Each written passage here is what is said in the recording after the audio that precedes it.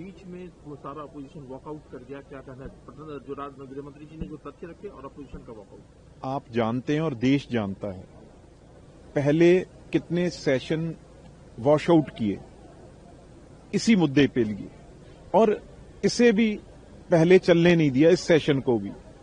तो अब जब इस पे डिस्कशन शुरू हो गई, डिस्कशन रखी गई और प्रॉपर टाइम भी जितने घंटे करनी है उतने घंटे डिस्कशन करो, तो जब की गई, बोला गया, सब कुछ किया, जब अब जवाब सुनने की बारी आई, जब एचएम साहब ने बताया भी आपने क्या क्या किया है, किस तरीके से आपका इलेक्शन कमीशन सीधा जितनी देर कांग्रेस पार्टी की गवर्नमेंट रही है, सीधा ऑर्डर प्राइम मिनिस्टर करते थे इलेक्शन कमिश्नर को लगाने के लिए, जहां इलेक्शन चीफ कमिश्नर जहां कमिश्नर लगाने के लिए कोई और कुछ नहीं होता, तो सीधा राष्ट्रपति जी के पास जाता था और ये इंप्लीमेंट हो जाता था।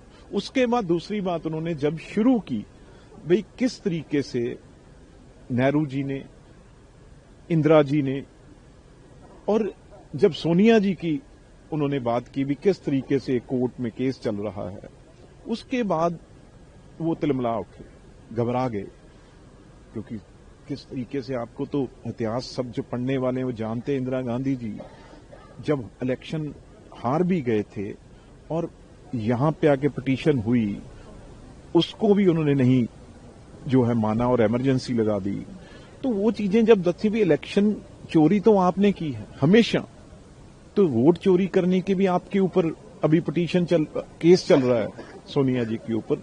तो वो बात सुन के वो एकदम, मतलब होता है ना भी, एकदम बड़ी चोट पड़ी जब, तो उसे सहन ना करते हुए सारे कांग्रेस पार्टी के और जो भी उनके सहयोगी, तो सब वहां से वो भाग निकले और वो इस चीज का जवाब ही नहीं दे सके। अब और स्पीकर साहब ने दो बार बीच में राहुल गांधी जी को खड़ा किया, भाई अभी भी आप जो बात करना चाहते हैं, तो एचएम कह रहे हैं भी सारी रात हो जाए, 12 घंटे बैठना पड़े, मैं एक एक चीज का जवाब देके जाऊंगा, आप जितने क्वेश्चन करेंगे मैं उसका उत्तर दूंगा।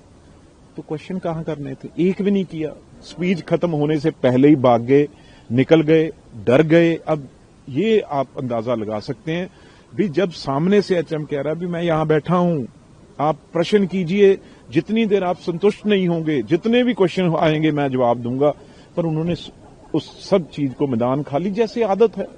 तो इसलिए आज कई चीजें उन्होंने ऐसी की, मेरी ख्याल से उनको जो जहां कोई पढ़ाता है, जहां कोई लिख के देता है, वो भी मेरी ख्याल से वो भारत का वोटर या इंडियन का सिटीजन नहीं लगता। वो चीजें भी बाहर से ही आती हैं, तो जहां से आती हैं वो ऐसी आती हैं। सर, इलीगल वोटर एक गंभीर मुद्दा है और पंजाब क्योंकि खुद बॉर्डर स्टेट है, आप क्या मानते हैं, क्योंकि वहां भी 2027 में चुनाव होने हैं, कितना गंभीर है? नहीं, ये तो हर जगह ही गंभीर है, और खास तौर जो बॉर्डर स्टेट्स हैं उसके लिए उतना ही ज्यादा गंभीर हो जाता है, क्योंकि वहां पे कोई ना कोई कार्रवाई होती रहती है।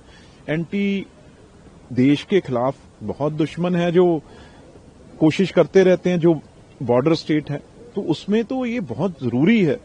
तो और ये तो एक मुद्दा इन्होंने बना लिया। आज किस तरीके से बताया भी, 50s से ये चल रही है, बार बार SIR होती है, और ये होनी भी चाहिए। गलत वोटर को तो निकालना ही पड़ेगा ना जी।